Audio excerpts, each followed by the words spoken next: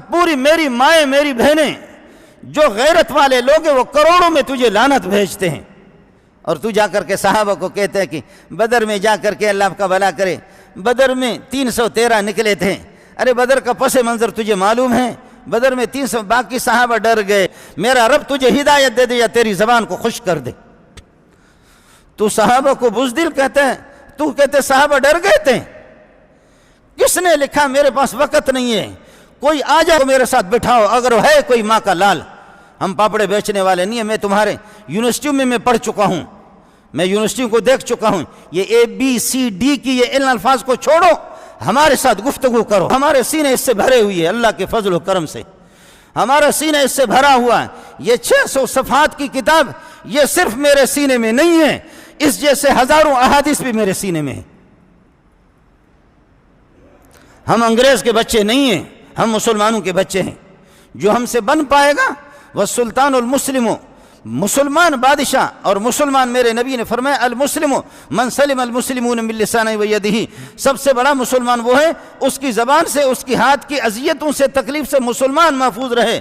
اور صحابہ سے بڑا مسلمان کوئی کائنات کے اندر نہیں ہے۔ تو صحابہ کو کہتے کہ صحابہ یہ کہ بزدل ہو گئے تھے، صحابہ ڈر گئے تھے۔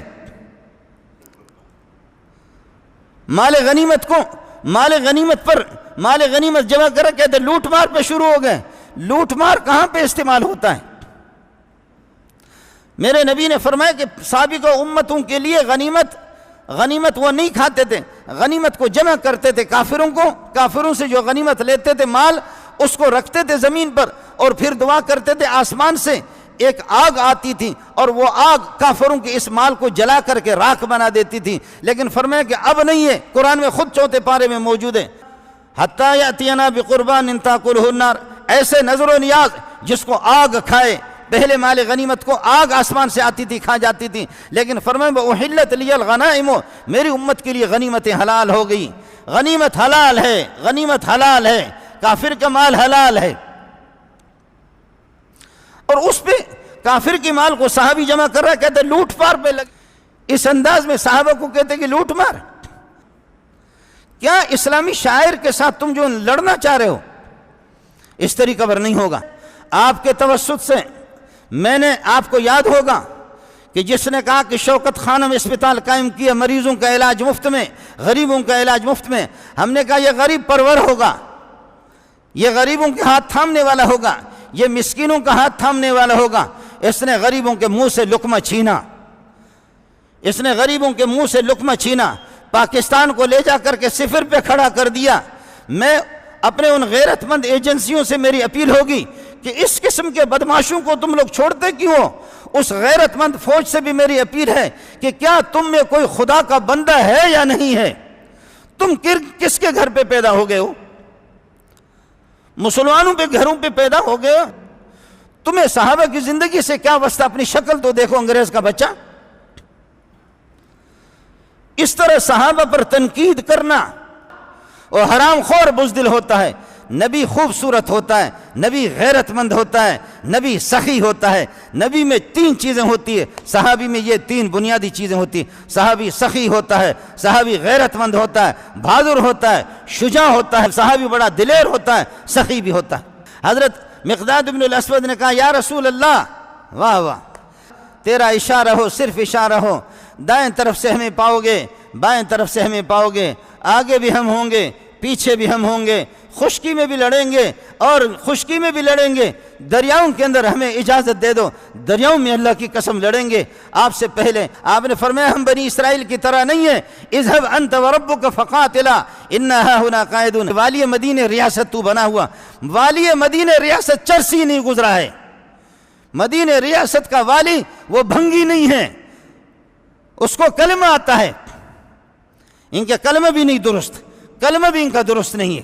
اس قسم کے آئے بھی ہے اور گئے بھی ہے، اتنے مسلمان ہیں، ماں بہنوں کی دعائیں بھی ہے، بد دعائیں بھی ہیں۔ میرا رب تجھے سکھ سے بھی نہیں رکھے گا۔ صحابہ کے ساتھ یہ ہے کہ ٹانگ اڑانے کی کوشش نہ کر، صحابہ پر تان و تشنیع نہ کر، دین پر تان و تشنیع نہ کر، تیرا گریبان ہوگا، محمد کا ہاتھ ہوگا قیامت کے دن۔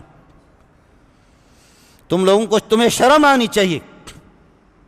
آپ کے توسط سے میری فریاد تو پوری دنیا میں جاتی ہے اللہ کے فضل و کرم سے، آپ کے توسط سے۔ ہم نے ایسی حکومتوں کی حمایت کی ہے، ہم نے فضل الرحمان کی بھی حمایت نہیں کی ہے، ہم نے عبدالغفور حیدری کی بھی حمایت نہیں کی ہے، ہم نے علماء کی حمایت نہیں کی۔ ہم نے کہا کہ جی اسپتال بنایا، غریب نواز ہوگا، تو غریبوں کی چمڑی اتار کر کے تو نے رکھ دیا۔ غریب اب ایک طریقہ ہے، غریبوں کو جمع کرو اور بم لگا دو، سب کو تباہ کرو، غربت ختم ہو جائے گی، تیرا شراب زندہ باد، تو بھی زندہ باد، انگریز بھی زندہ باد، ہم ختم ہو جائیں گے۔ یہی ایک طریقہ ہے، غریبوں کو جمع کر لے۔ آج میں ساتھیوں کو رات کو میں کہہ رہا تھا، میں نے کہا ہم بھٹو کے لیے دعا کر رہے ہیں، بھٹو کی کمزوریاں ہوں گے، لیکن قادیانیوں کو جوان کے بچے نے اس نے کافر قرار دیا۔ میں اس اللہ کے گھر میں بیٹھ کر کے مجھے یقین ہے اللہ نے اس کی مغفرت کی ہوگی۔